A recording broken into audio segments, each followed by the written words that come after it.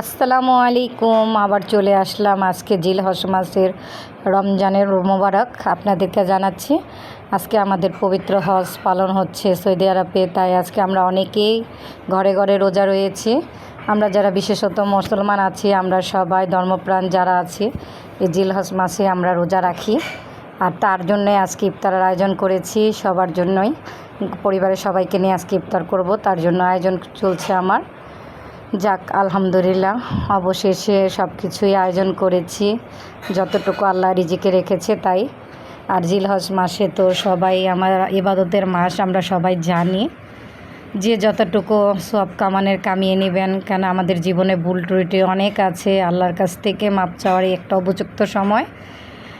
তাই আমরাও ভাবলাম চেষ্টা করে দেখি, গুনার তো কোনো শেষ নেই, কত গুনাহ করেছি জীবনে। তাই সুযোগ যখন আল্লাহ তাআলা আমাদেরকে দেয়, সবারই উচিত এই সুযোগগুলো গ্রহণ করার।